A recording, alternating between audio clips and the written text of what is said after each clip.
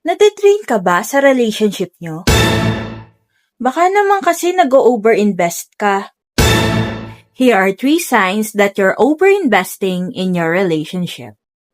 Number 1, their mood dictates your mood. Pag wala siya sa mood, wala ka na rin sa mood.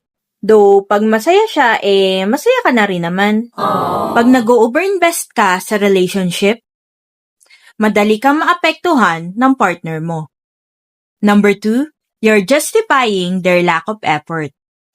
Madalas nasasabi mo sa sarili mo, busy lang siya, or hindi kasi yun ang love language niya. Sinasabi mo yun para ma-comfort ang sarili mo pag ramdam mong neglected ka. Pag nag-overinvest ka, okay lang sa'yo kahit hindi siya masyadong mag-effort.